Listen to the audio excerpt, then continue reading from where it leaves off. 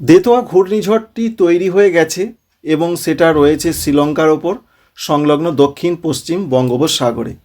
এটা কি প্রভাব বাংলাতে ফেলতে পারে সেটাই রয়েছে এই ভিডিওর আলোচ্য বিষয়বস্তু। তার আগে কয়েকটি কথা বলে নিতে হবে ঘূর্ণিঝড় প্রসঙ্গে।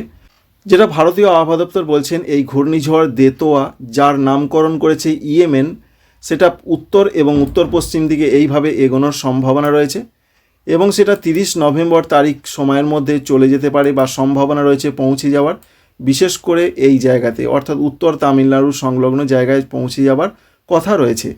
তখন 30 তারিখের মধ্যে কি হবে, ঘূর্ণিঝড় থাকবে না এটা অতিগভীর নিম্নচাপ, সে আপডেট এখনও পর্যন্ত নেই। তবে 30 তারিখ রাতে সেটি ঘূর্ণিঝড় থেকে শক্তি হারিয়ে হয়ে যাবে অতিগভীর নিম্নচাপ। 30 তারিখ সকালের মধ্যে যদি পৌঁছাতে পারে তাহলে ঘূর্ণিঝড় হিসাবেই তামিলনাড়ু উপকূলে, উত্তর তামিলনাড়ু উপকূলে আছড়ে পড়ার সম্ভাবনা রয়েছে, অর্থাৎ উপকূলবর্তী জায়গায় প্রচণ্ড প্রভাব বিস্তার করতে পারে দেতোয়া ঘূর্ণিঝড়। এ প্রসঙ্গে প্রচণ্ড বৃষ্টিপাতের যে কথা বলা হয়েছে, প্রচণ্ড বা প্রবল বৃষ্টি হবে, বিশেষ করে আজকে, আগামীকাল, আগামী পরশু, এই 3টে দিন তামিলনাড়ুতে লাল সতর্কবার্তা জারি করা হয়েছে। সঙ্গে দক্ষিণ অন্ধ্রপ্রদেশে লাল সতর্কবার্তা রয়েছে 30 তারিখে। তাই 28, 29, 30 আজকে, আগামীকাল, আগামী পরশু মূলত ভারী অতি ভারী বৃষ্টি তামিলনাড়ুর দিকে হবে এবং কেরল মাহের দিকে আজকে এবং আগামীকাল মাঝারি থেকে একটু ভারী বৃষ্টি হবে।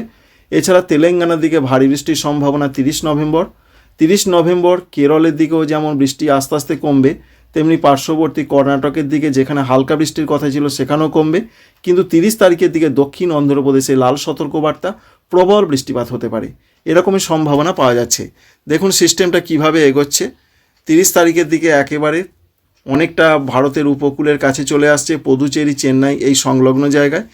তবে যেটা আমরা দেখতে পাচ্ছি, এই বৃষ্টি কিন্তু চলবে বিশেষ করে অন্ধ্রপ্রদেশ, উপকূলীয় অন্ধ্রপ্রদেশের দিকে 30 এবং 1 ডিসেম্বর তারিখে প্রচণ্ড বৃষ্টিপাত হতে পারে, সঙ্গে উত্তর তামিলনাড়ু।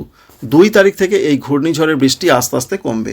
পশ্চিমবঙ্গের দিকে কোনো রকম বৃষ্টির সম্ভাবনা নেই। এই ঘূর্ণিঝড়ের প্রভাব হিসাবে যেটা আসতে পারে শুধুই মাত্র মেঘলা আকাশ।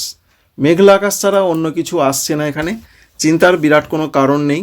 দেখুন আপনাদের দেখিয়ে দিচ্ছি, আগামীকাল একটু মেঘলা মেঘলা আকাশ শুরু হবে।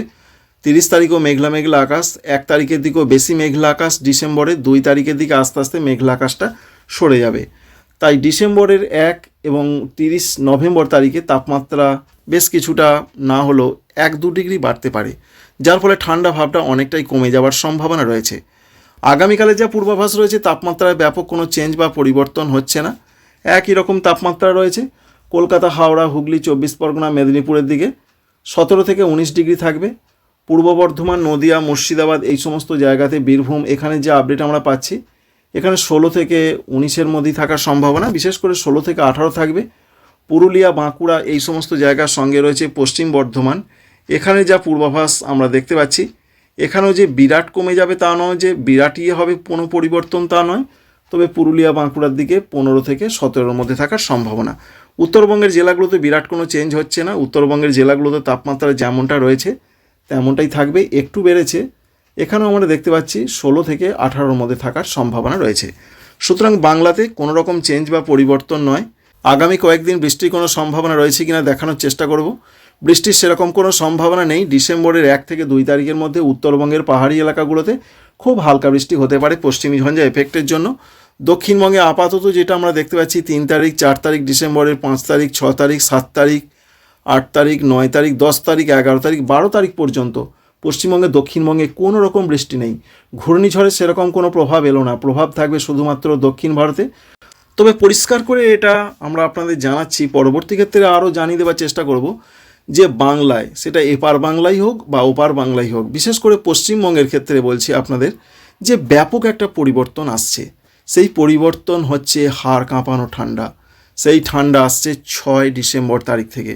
একবার শুধু লক্ষ্য করুন, কলকাতার দিকে চলে যাচ্ছে মাত্র 14 ডিগ্রি সেন্টিগ্রেড সর্বনিম্ন তাপমাত্রা। কিভাবে ঠান্ডা পড়বে মানে ধারণার বাইরে। অন্যদিকে ঝাড়খণ্ডের ক্ষেত্রে যা পূর্বাভাস, এখানে প্রায় 10-11 চলে যাচ্ছে। শুধু ঝাড়খণ্ড যেতে হবে না, পুরুলিয়ার দিকে তাকালে আমরা দেখতে পাচ্ছি মাত্র 11 ডিগ্রি সেন্টিগ্রেড, বাঁকুড়ার দিকে 11, বর্ধমান, পূর্ব বর্ধমান, পশ্চিম বর্ধমান সর্বত্রই 11 থেকে 12। এই 11-12টা আবার এখন দেখাচ্ছে, তখন আবার কোনো কোনো জায়গায় 10-এও নেমে যেতে পারে, আর 10-এ নামলেই কিন্তু শৈত্যপ্রবাহ। সুতরাং একটা বিরাট পরিবর্তন আসছে ডিসেম্বরের 6 তারিখ থেকে, একটা বিরাট পরিবর্তন, হাড় কাঁপানো ঠান্ডা, এটাই রয়েছে এই মুহূর্তের সবথেকে গুরুত্বপূর্ণ আপডেট পশ্চিমবঙ্গের জন্য। আপডেটটি ছিল এই পর্যন্তই।